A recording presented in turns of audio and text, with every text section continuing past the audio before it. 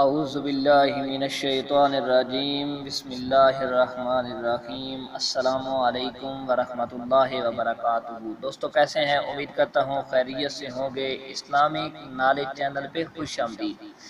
آج کی ویڈیو میں ہم لے کر آئے ہیں آپ کے لیے قربانی کے مسائل میں سے جانور ذبح کرنے کے احکام و آداب احادیث کی روشنی میں۔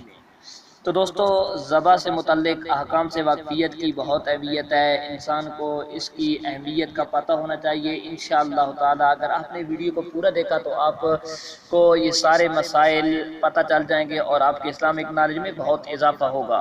اور انشاءاللہ ہماری کوشش بھی یہ ہے کہ آپ کو زیادہ سے زیادہ اسلامک نالج دیں تاکہ آپ کی اسلامک نالج میں اضافہ ہوتا چلا جائے۔ تو آئیے ویڈیو کا آغاز کرتے ہیں۔ تو ویڈیو کا آغاز کرنے سے پہلے اگر ابھی تک آپ ہمارے چینل پر نئے ہیں، چینل کو آپ نے سبسکرائب نہیں کیا تو چینل کو سبسکرائب کر دیں۔ ذبح سے متعلق احکام سے واقفیت کی اہمیت۔ جانور ذبح کرنے سے پہلے ذبح سے متعلق مسائل کو جاننا ضروری ہے تاکہ جانور کو صحیح طریقے سے ذبح کیا جا سکے اور ذبح سے متعلق معاشرے میں رائج غلطیوں اور غلط فہمیوں کا ازالہ ہو سکے۔ آج کل بہت سے لوگ مسائل سیکھنے کا اہتمام نہیں کرتے، جس کی وجہ سے وہ نظریاتی اور عملی طور پر متعدد غلطیوں اور غیر شرعی امور کے مرتکب ہو جاتے ہیں۔ ذبح کے اسلامی طریقے کی خوبی۔ اسلام نے جانور ذبح کرنے سے متعلق جن احکام اور طریقہ کار کی تعلیم دی ہے ان میں جانور کی بھرپور رعایت کی گئی ہے اور اس بات کا خصوصی خیال رکھا گیا ہے کہ جانور کو تکلیف کم سے کم ہو۔ اس طریقہ سے بندوں کو ایک پاکیزہ اور طیب رزق بھی میسر آتا ہے اور یہ خوبی صرف اور صرف اسلامی تعلیمات کا خاصہ ہے۔ ذبح کرتے وقت جانور کو بے جا تکلیف دینے کی ممانعت۔ اس بات کا خصوصی اہتمام ہونا چاہیے کہ جانور کے ساتھ نرمی اور رحم دلی کا معاملہ کیا جائے اور اس کو کسی بھی معاملے میں بے جا اضافی تکلیف نہ دی جائے۔ اس لیے ہر اس عمل سے اجتناب کیا جائے کہ جو جانور کے لیے بے جا اضافی تکلیف کا باعث ہو۔ جیسا کہ حدیث شریف میں آتا ہے کہ حضور اقدس صلی اللہ علیہ وآلہ وسلم نے ارشاد فرمایا کہ جو شخص ذبیحہ یعنی ذبح کیے جانے والے جانور کے ساتھ رحم دلی کا معاملہ کرتا ہے تو اللہ تعالیٰ قیامت کے دن اس پر رحم فرمائے گا۔ تو دیکھیے کتنا میرے کریم آقا صلی اللہ علیہ وآلہ وسلم نے قربانی کے جانور کے ساتھ نرمی کرنے کا حکم دیا ہے۔ اسی طرح معجم الکبیر طبرانی میں بھی ایک حدیث پاک ہے۔ تو آئیے آگے چلتے ہیں، حدیث پاک کے آگے جو جانور کو ذبح کرنے کی جگہ پر لے جانے کے احکام و آداب ہیں ان کی طرف۔